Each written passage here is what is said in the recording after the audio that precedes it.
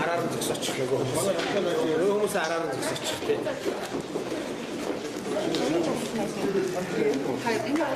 Сандар мандал бол нэмэх зүгээр артлаар зогсчих гэсэн артлаар зогсчих тийм.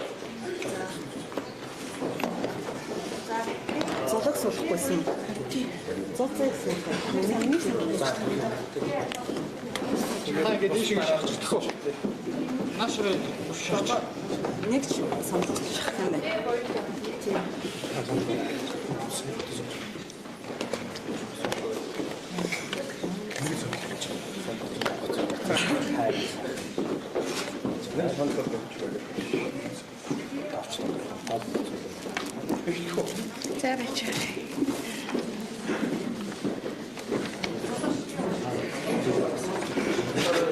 Окей, эцэг шиг.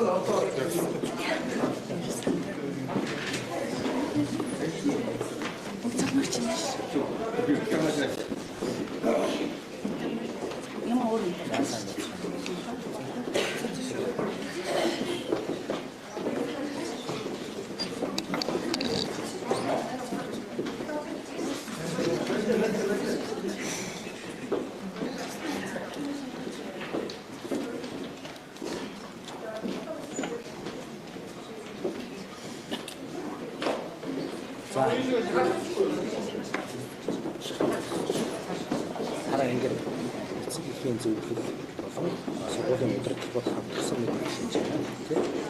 Чи тэр гэж чиглэж. Үгүй өгшин Тэр зүйлээр харж байна. Болчлоо.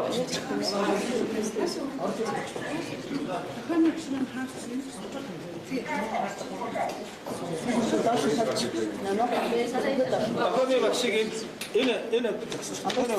цүнхнээ доош нь тавьчих.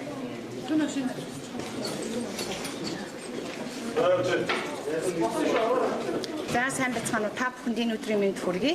Ингээ 29 дэх сургуулийн багш сурагч эцэгхийн төлөөлөл хүрэлцэн ирсэн байна.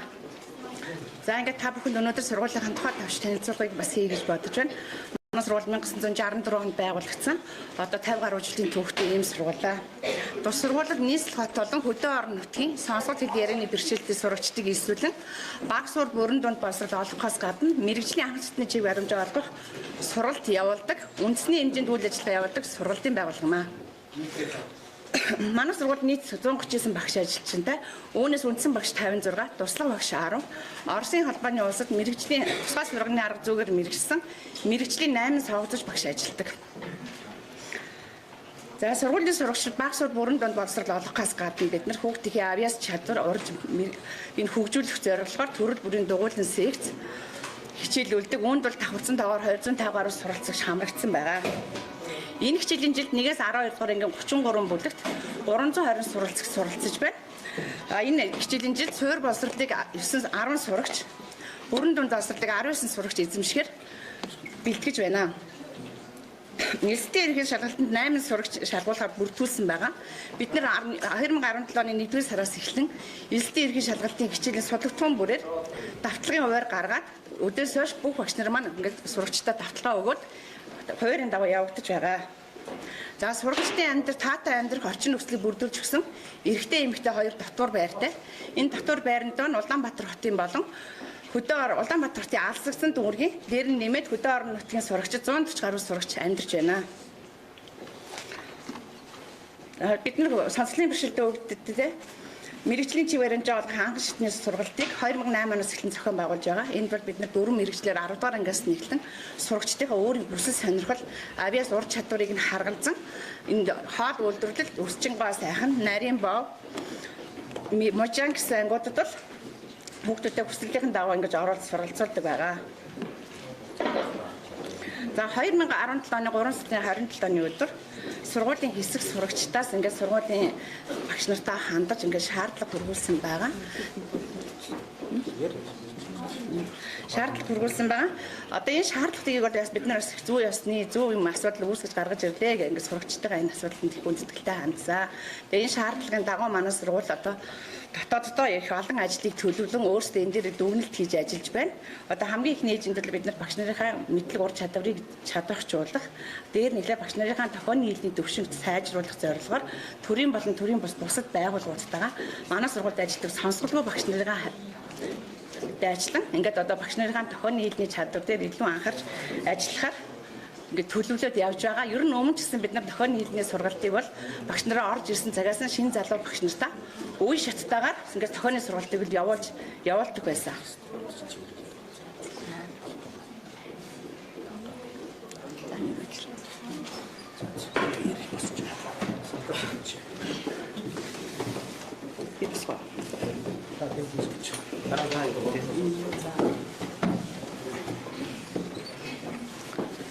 За сайн байцгаана уу, та бүхэндээ энэ өдрийн мэндийг хүргье. За энэ удаад бол 29 дугаар сургуулийн багш нар болон эцэг эхийн төлөөлөл хүрэлцэн ирсэн байгаа. Хамгийн гол зорилго маань яагаад хэвлэл мэдээллээр өөрсдийн үзэл бодол итгэл үнэмшилтэй үг хэлэх хэвлэл нийтлэх эрхээ эдлэе гэдэг байдлаар өөрсдийн байр суурийг зөвөр ойлгуулах үүднээс энэ хэвлэлийн бахархлыг хийлгэж байгаамаа. Энэ маань бол одоо үндсэн хуулийн 16-гийн 16 дахь зүйлээр бол баталгаажсан байна. Энэ дээр 3 сарын 27-ны өдөр болсон үйл явдал мөн 4 сарын 1-нд мэдээцгийн эмээн дээр гарсан бага насны охтуудыг янз бүрийн бэлгийн дарамт үзүүлдэг, бие эргэтэнд нь халддаг, илдэг, таалдаг гэсэн энэ мэдээллээр бол энэ асуудлаар бол мэдээлэл өгөх гэж сууж байгаа. Ийм зүйл бол ерөөсөө огтоосоо болоогүй. Энэ тал дээр бол одоо тухайн гэмт хэрэг гарах орчин нөхцөл бол энэ сургуульд бол байхгүй. Сургууль бол 340 орчим хүүхэдтэй. 140 нь бол одоо сургуулийн дотор байранд амьдардаг. Гэхдээ 140 хүүхэд бол байнгын хатуу хараа хяналтанд ор мөн эмчийн үзлэгт байн хамрагдаж мөн нийгмийн ажилтнтайгаа болсон үйл явдал болон сургууль дээр болж бүтэхгүй байгаа зүйлийн талаар дандаа санал гомдлоо хэлж яадаг. Ийм байхад одоо хөгжлийн бэрхшээлтэй иргэний хуулийн 18 дугаар зүйл заагдсан эрх зүйн бүрэн чадамжгүй ийм этгээдээс ярилцлага аваад үүнийгээ орон даяар тараах хэвлэн нийтэлж байгаа нь бусдыг гүтгэх доромжлох гэмт хэргийг үлдэж байна гэж үзээд цагдаагийн газарт хандахаар болсон байгаа. Эрүүгийн хуулийн 111, 110 дугаар зүйл заагдсанаар явж байгаа. Тийм учраас одоо бол нийгмийн ажилт нь бол тухайн дотор байр болон сургууль дээр гэмт хэрэг гарахаас урьдчилан сэргийлж ямар ажиллагаанууд хийх талаар ярина. Мөн тухайн одоо хүүхдүүд бол одоо 3 сарын 27-нд бол дохионы багш байхгүй байна гэсэн. Гэтэл эдгээр хүүхдүүд бүгд бичиг үсгийн чадвартай байна. Манай багш нар бол энэ дээр голлон зөвхөн бичиг үсгийн чадварт нь төвлөрч тэн дээр тулгуурлан хичээлээ заадаг байна. Яг хүн сонсголгүй байж байна. Гэхдээ харааны хөгжил нь бол сайн байна. Ийм учраас энийг гуйлан заавал нэг талын одоо барьж өрөөсөглөөр одоо олон нийтэд ийм мэдээлэл өгч байгаа нь буруу байна. Мөн одоо тухайн сургууль дээр мэдээч хэрэг учир дутагдaltaй баг зэргийн одоо зөрчлүүд бол гардаг. Ийм зүйлийг дэвэргэн 300 гаруй хүүхдээс нэг 10-атхан хүүхдийг сонгон авч ингэж хөгжлийн бэрхшээлтэй хүүхдүүдийн зовлон дөвөйлгөн олон нийтэд сурталчилж байгаа нь энэ гэмт хэрэг гэж үзэж байгаа. Тийм учраас иргэний шүүх болон цагдаа хандан энэ асуудлаа шийдвэрлүүлнэ. Сургуулийн нэр хүнд бол утаанд оромжлогдсон байна. Монгол улс өнөөдөр хөгжлийн чадваргүй хүүхдээрээ энэ шоу хийх энэ үйлдэл дээр тулаагүй байна гэж үзэж байгаа. Тийм учраас үргэлжлүүлэн ярина.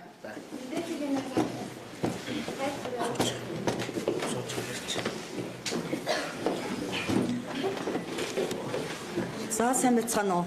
3 сарын 27-ны өдөр Ахлангийн сургуульчид сургуулийн захиргаа багш нарт дохионы хэлээр хичээлээ заа, дохионы хичээлийн чанар үр нөлөөг дэвшлүүлээ гэсэн энэ шаардлагыг тавьсан. Хүүхдүүдийн эрхийг бид нар хүндэтгэн сургуулийн захиргаа багш нар энэ шаардлагыг хүлээж авч энэний дагуу бид нар ажил төлөвлөн хэрэгжүүлж эхэлсэн. Өнгөрсөн 7 хоногт бол боловсрол соёлын шинжилгээ ухаан спортын яам нийслэлийн боловсролын газар Сүхбаатар дүүргийн боловсролын хэлцээс комисс гарч манай сургууль дээр сургууль хүмүүжлийн ажил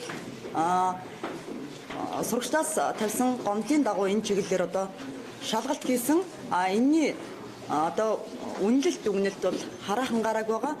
Гэвтэл 4-р сарын 1-ний өдөр мэдээ цэгийн сайтад одоо сургуулийн одоо багш нарын нэр төр таалцсан, сурагчдын нэр төр таалцсан, цаашлаад эцэг эхчүүд тийм ээ ирээдүйд сурах энэ хүүхдүүдийг эмзэглүүлсэн ийм одоо огт үндэслэлгүй одоо манай сургуульд байх боломжгүй тийм ээ ийм үндэслэлгүй мэдээллийг одоо тавьсан учраас энэ дээр бид нар бол тайлбар хийх нь зүйтэй гэж одоо үздсэн учраас тийм ээ энд одоо багш ажилчдын төлөөлөлд эцэг эхчүүдийн төлөөлөлд хүрэлцэн ирсэн. За энэ одоо хөгжлийн бэрхшээлтэй хүүхдийн орчинд ийм бусармаг энэ муухай зүйл бол яаж одоо байх үндслэгийг би та бүхэнд тайлбарыг өгье гэж бодож байна. За сургууль дотор байрын орчин бол ерөөсө бүрэн камерчсан. Давхар болгонд камертай сургуульд хүмүүжлийн үйл явц бол кабинетийн системээр сургуулийн үйл ажиллагаа бол кабинетийн системээр хичээлдэг. За тухайн ангид нэг хичээл ороод дууслаа дараагийн анги нэг хичээл орж ирж ингэж сургуулийн үйл явц үргэлжилдэг. Дотоод хяналтын ажилтан тухайн өдрийн жижүүр багш, сургуулийн менежер, нийгмийн ажилтан, сэтгэл зүйч бүх хүмүүс сургууль хүмүүжлийн үйл ажиллагаа дээр хяналт тавьж оролцож тогтмол ингээ хяналттай байдаг. За камерыг бол өдөр бүр жижүүрүүд маань хүлээлцдэг. Тийм учраас бол энэ сургуулийн орчинд энэ хөгжлийн бэрхшээлтэй хүүхдийн энэ орчинд бол ийм бусармаг ийм зүйл бол ерөөсөө болоогүй болох ч үндэслэхгүй гэдгийг бид нар аль биесээр бол бид нар одоо хариуцлагатаар мэдгэж байна. За энэ дээрх мэдээлэлтэй холбоотой хөгжлийн бэрхшээлтэй хүүхдийн эрх ноцтойгоор зөрчигдөж байна гэж үзээд бид нар одоо шалгахад бол бид нар бол одоо энд одоо ажиллаж байгаа багш ажилчид бид бүхэн бол шалгуулахад бол бэлэн байгаа гэдгийг бас хэлхэн зүйтэй баха. За хараахан ерөөсөө хүүхдүүдийн тавьсан шаардлагын дагуу тийм ээ сургуулийн одоо үйл ажиллагаа хэр явагддгийг хүмүүжлийн одоо хүүхдийг хөгжүүлэх төлөвшүүлэх тэр үйл ажиллагаа хэр явагддгийг за мөн одоо дохионы хэлний чадварын түвшин ямар байгаа гэдэг дээр олон чиглэл дээр одоо биднээс одоо шалгалт авсан энэ дүн маань одоо хараахан гарааг байгаа. Ягаад гэх юм бол одоо хүүхдүүдийн хичээл амарцсан байгаа учраас тийм ээ одоо 4-р өдрөөс хүүхдүүд хичээл орохоор бас тодруулах зүйлүүдэд тодруулж энэ шалгалтын дүн бол удахгүй гарна гэдэгт сэтгэж байгаа. Бид нар 29 дугаар сургуулийн сургалтын ярилцлага ажилласан. Энэ ярилцлагаа хүүхд болоод эрэгтэй багш нар 2-3 нэг бүхий эрэгтэй багш нар дэлхийн дарга тийм мэдээлэл авсан байгаа. Тэгэхээр тэр одоо бизнес орчуулагч багшийн яриад байгаа. Гомцтой ойлсон гэж одоо би таасан байна. Хүүхдийн дотор багшийн бичдэг байна. Асаад бүрийг авчгаад За яг юу яа. Хой танилцсан байгууллагад шалгуулж байгаа. За үүнийг бол одоо бид нар хууль хяналтын байгууллагт хандах учраас энийг бол хууль хяналтын байгууллага одоо тогтоох байхаа гэж бид нар бол тэгж бодож байна. За эрүүгийн байцаан шийдэх хуулийн 13-ийн 1-р хэсгээр шүүхэл зөвхөн хүний гин буруутыг тогтоодог байгаа. Тийм учраас шүүхэр гин буруутыг тогтоодоггүй байхад энэ мэдээллийг үндслэлтэй мэтэр тарааж байгаа нь буруу байна гэд өөрсдөө манай энэ үйлчлүүлэгч нар маань цагдаагийн байгууллагад хандчихад байгаа л да одоо тийм. бид бас эсвэл хүүхдүүд яагаад энэ мэдээлэл эрүүгийн гипсийн одоо тэр хүүхдүүдийн Хүүхдүүд бол зөвхөн дохионы хэлний багш дутагдaltaй байна гэдэг л ганцхан асуудал тавьсан байгаа. 10 хүн хүүхэд байгаа энэ дээр. Тэгэхэд үүнийг энэ сургуулийн үйл ажиллагаа цаашид үргэлжлүүлэн явуулж болохгүй мэтэр тайлбарлаад байгаа нь энэ байгаль нөхцөл байдлыг дэвэргэж яах гэж үзээд байгаа юм л да. Энэ дохионы хэл нэгтэй тэргүй улсад бэлтгэдэг сургууль байхгүй байна. Мөн дохионы хэлний багшаар хангаж өгөөч гэдэг хүсэлтийг боловсролын яамд тавьчаад байна. Энэ сургуульчин өөрсдөө дураараа багш нар авдаг ийм сургууль биш л дээ. Энэ чинь боловсролын яамд цаанаасаа бэлтгэгдсэн багш нарыг өгдөг сургууль байхгүй юу? Багшийг танаас өөрсдөө. За баяраа дотор өнгөөлөгч юм асууя. Та эрүүгийн шинжтэй хэрэглүүлийн талаар мэдчих аваа. Энэ мэдээ цагийн дээр гарсан одоо мэдээлэл өгөх юм бол одоо хэмжээний ноцтой шинж агуулж байгаа юм байна. Энэ фэйсбүүк бол зөвхөн тэмцээн байгуулалт авахгүй таах мод яг энэ одоо гисэн байна гэж ингээд өөрчлөлттэй хийж чадсан айгаад байгаа юм шүү. Тэгээд ярилцсан өгсөн хүүхдийн арга хэрэглэн дээр танай 29 дугаар сургуулийн багш нар очоод Нилээд давах сайдгаас үүдгүй даавч ирэх шоронд явуулсан гэж. Тэгсэн бид нилээд дэсээс даавч ирэх тийм яриа ярьсан дээ.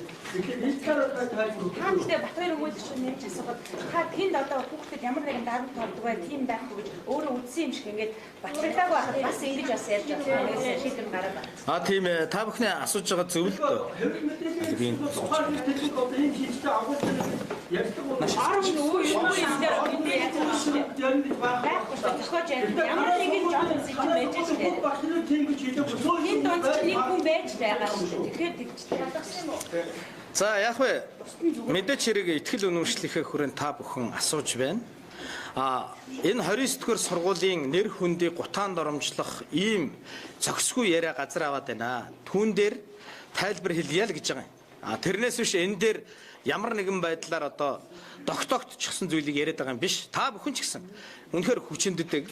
Тухайн сургууль дээр хүчирхийлэл газар авсан, бэлгийн дарамт газар авсан, мөн сургуулийн хүүхдүүдэд янз бүрийн байдлаар сурч боловсруулахад нь хязгаарлалт хийдэг тухай энэ нотлогдоогүй мэдээлэл дээр битгий гаргаад байгаа чи гэж л энэ дээр л бид нар маргалдаж байгаа шүү дээ. Сургуулийнхаа нэр хүндийг л хамгаалж байгаа. Энэ хүүхэд бол одоо өнөөдөр би ийм яриаггүй л гэж байгаа шүү дээ одоо.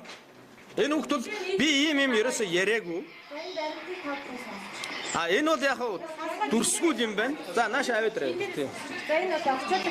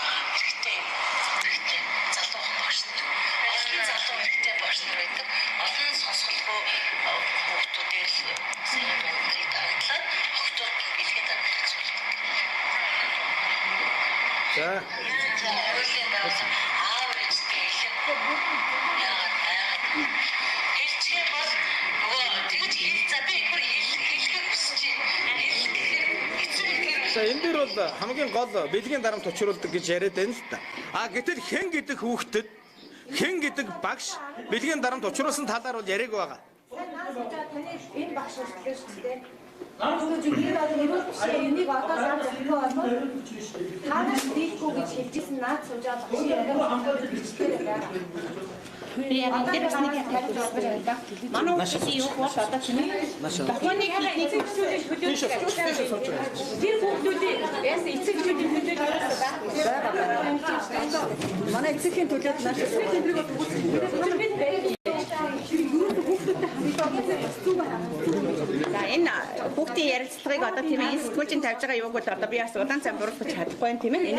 Гэхдээ хамгийн гол нь манай хүүхдүүдийн юу бол одоо энэ дээр манай дандаа видео бичлэг камерцсан төрсөөр л бид нар тэрийг баталгаа олгож авна. Энэ бол ямар нэгэн хүний багшийн төв байсан шүү дээ.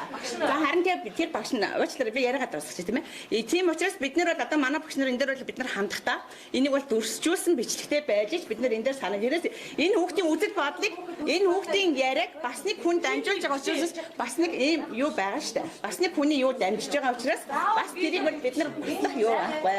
Тийм учраас бид нар бол дүрсжүүлсэн бичлэг байгаасаа гэж хүсэж байна. Миний хувьд бол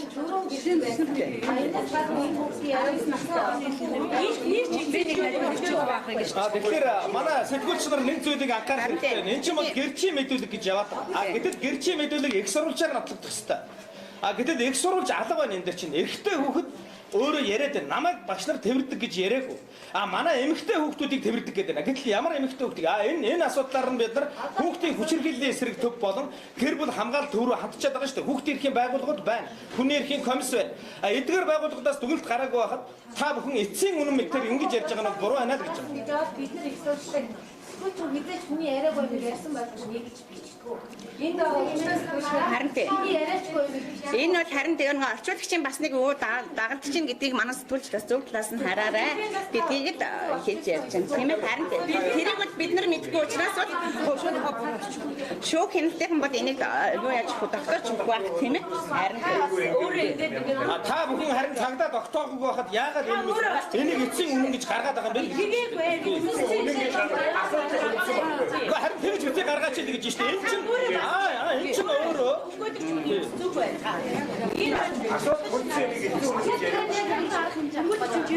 одоо хараа ийм байна шүү дээ. Одоо энэ чинь мостын нэг сайн байцгаана уу? та бүхний хэлж ирж байгаа зүйл хязгаарлагдана. Тийм учраас та бүхэн энэ ярьж байгаа зүйлээ эцсийн үнэн мэтээр битгий одоо бусдад толгон хүлээлгэж самруулаад байгаа ч гэж байгаа тийм. За сайн байцгаана уу. Би 29 дугаар сургуулийн дохио хэлний багш Сарантой гэдэг юм байна. Монгол улсын хэмжээнд боловсрол олгож байгаа сургуулийн одоо ганц дохионы хэлний багш.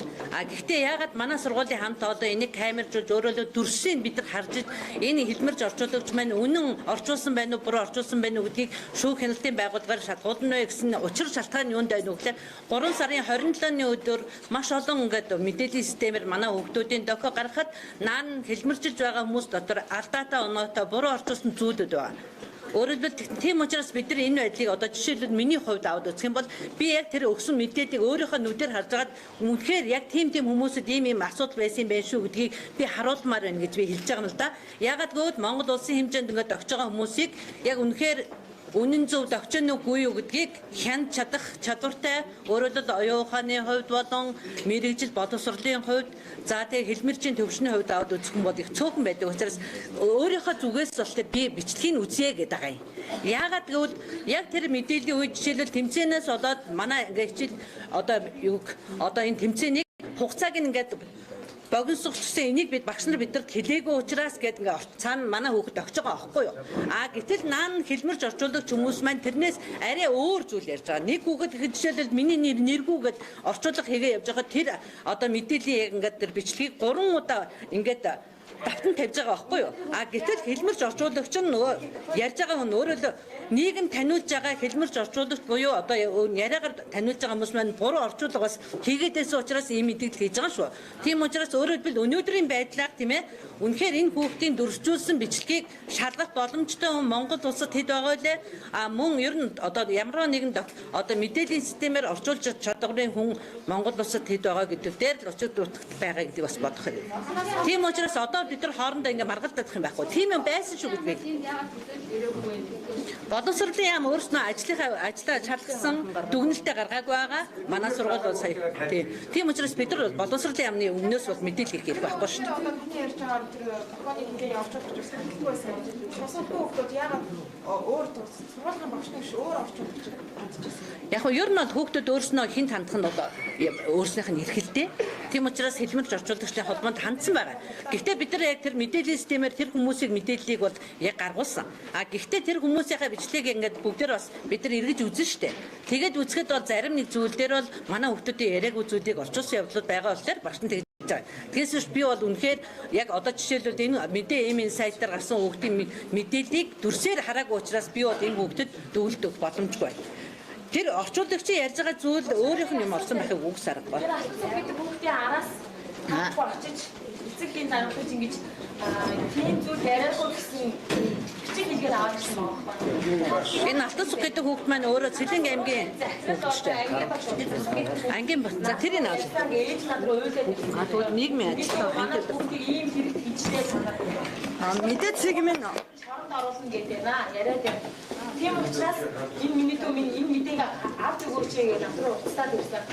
Би юусоо энийг ихсэн нохлох баримт гэж юусоо гаргаад нэгдвэл энийг асуулт төвшүүлж гаргасан. Энэ ч өөрөө ийм байдаг хэцүү байдаг гэдгийг яриад бид нар зүгээр ямар ч сэтгүүлч хүн ямар ч эцсийн нохлох баримт гэдээс гаргадгүй.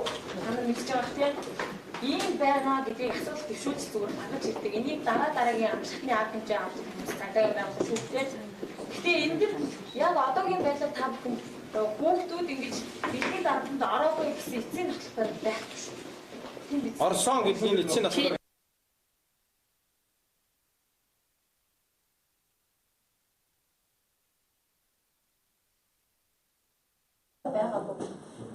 хот зурагчин тухайн 29 дэх сургуулийн багш Туул гэж багш байсан. Хэлмэрч хүн байсан, би байсан. Ингээд дөрөв хүний хамтаар явсан. 1918-2 дээр эцэг ихэн байгаа тохиолдолд эцэг ихэн байсан. Эцэг ихэн байхгүй өнжилсэн тохиолдолд асар хамгаалагч орсон. Тэгэхэд та нар асар хамгаалагч нэгтлээ нэг багш авчид хийсэн байх. Энэ чинь буруу байна л. Та энэ хүүхдийн харин эрүүгийн шинжтэй байж болчихгүй гинт хэрэг мэдээлэл өгсөн байхад та энийг энэ хүүхдийг зөрчиж байгаа. Тийм дээ яагаад тэмцэхгүй. Асууж давтаж үзсэн. Та яагаад асууж энэ багш нар тайлбар хийж байгаа мөртлөө сургууль авахад хэрвээ яг ийм зүйл байна уу үгүй юу гэж хадгалж үзсэн. Яагаад одоо энэ тайлбар хийж байгаа чи эрүүгийн гинт хэрэг нөө дарагдуулж оролцож чинь гэж ойлгож байна. За тийм ээ тийм. Энэ дэр бол ийм байна. Нэг хүүхдийн тавьсан мэдээлэлээс болоод 300 гаруй хүүхдийн эрх зөрчил бичээд мөн цаана тэнд тайван хэвийн үйл ажиллагаа явуулж байгаа 120 гаруй багш ажилтны эрх зөрчил бичээд. Тийм учраас тэр хүүхдийн эрхийг гэж худал ярих эрхийг гэж ярихаасаа илүүтэй бусад хүүхдүүдийн хууль ёсны эрх ашиг сонирхлыг л гүндэлж би өнөөдөр хамгаалалтаа суулж байгаа шүү дээ. Та бүхэн ганцхан зүйл хэлээд байгаа. Та бүхэн энэ зүйл шүүхээр нотолдоогүй байхад яагаад тавьж байгаа юм? Та бүхэн өнөөдөр хүүхдийн эрхийг хамгаалах нь зөв гэж ярьж байгаа боловч бусад хүүхдүүдийн бүтгэгдэж байгаа хүүхдүүдийн эрх ашигыг бодохгүй шүү дээ. Та өмгөөлжгөө хийх асуудал байдаг шүү дээ. Тэгэж ярьж шүү дээ. Тийм ээ, тийм болохоор одоо цагдаагийн байгууллагад хандчихад байгаа л да. Хүүхдээ эцэг эхлүүлээ. Ангийн багш нь сургуулиас ямар нэгэн ярьсан болов ангуудэрсэн. Нааша сууж байгаа юм чи.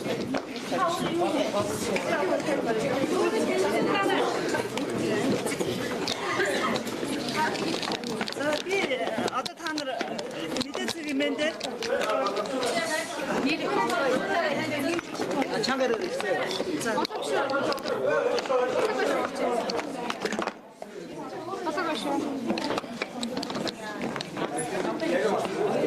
За би өөрийгөө ихлээр танилцуулж миний нэр Уртнасан. Яг хүүхд алтан сүхгээ яригдаад байгаа хүүхдийн ангийнхан багш 6 дугаар ангиас нь ахгуулаад дааж авсан. Одоо манай анги 12-ийн анги 12 хүүхэдтэй.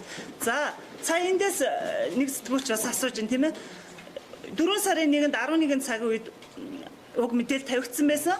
Би ангийн багшийн үүргийн хувьд тийм үү би багш хүнийхээ хувьд би хамгийн түрүүнд эцэг эхтэй холбогдох ёстой. Би үүргийнхаа дагуу ярьсан. Тэгээд алтан сүхийн ээж маань өө тийм үү багшаа мдэггүй байсан л да багшаа тийм байна уу? Хүүш яана тийм болчих гэж үнэхээр сандарсан. Тэгээд сургуулийн захиргаач гэсэн бас бид нэр хоорондоо холбогдож ярьсан. Уг хүүхдийн эцэг эхийг дарамталсан, сургуулийн зүгээс дарамтлсан юм байхгүй. Хэрвээ дарамтлчаад би өнөөдөр энд сууж явах уу? Би өнөөдөр яагаад энд оролцоо гэж ирсэн гэхээр энэ сонсголын бэрхшээлтэй, хөгжлийн бэрхшээлтэй хүүхэд. Тэгэхээр энэ хүүхэд ч гэсэндээ ингээд томчууд та нар ингээд дайраад энэ тэндээс нь буруу зүгээ дайраад тахаар энэ хүүхдийн одоо сэтгэл зүйн байдал ямар ах вэ? Миний хувьд бол маш хүнд байгаа гэж би бодож байгаа. Тэгэхээр энэ хүүхдийн эрхийг бид нар өнөөдөр хамгаалж яах гэж байна. Та нар ч гэсэндээ уг хүүхдийг ямар нэг юмд өртсөн дарамттай байна уу эрхийг хамгаалаад бас ярьж байгаа. Бид нар бүгдээр нэг зүгтэй байгаа. Тэгсэн хэрнээ хоёр өөр өнцгөөс буруу зүйл яриад байна уу гэж миний хувьд бодож байна. Тэгэхээр одоо хавар цаг бид нэр хөгжлийн бэрхшээлтэй нэг ялангуяа сонсголын бэрхшээлтэй хүүхдийн сэтгэл зүй өнөөдөр ямар байх вэ гэдгийг бид нэр цаг удирдaltaй мэднэ. Тэгээд харин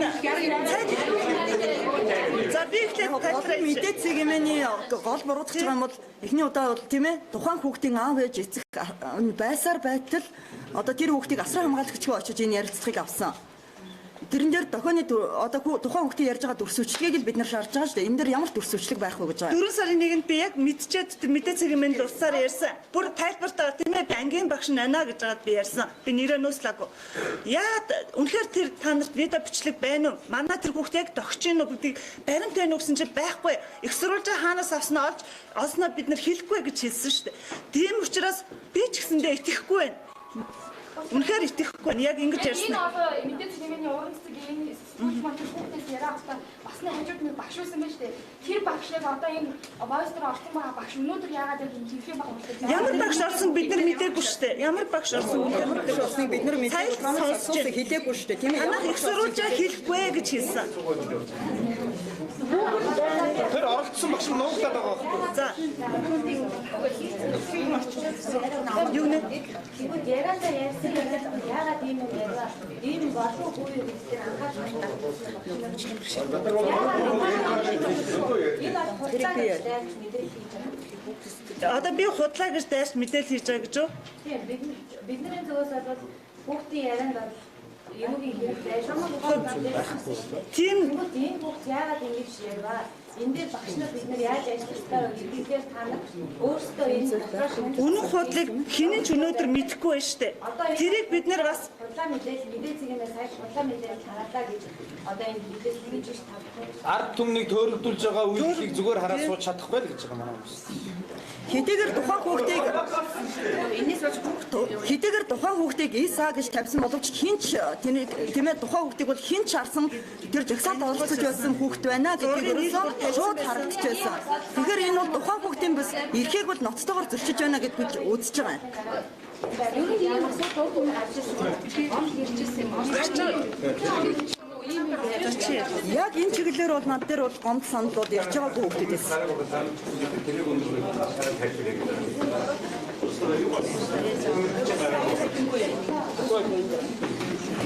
Араа ийм.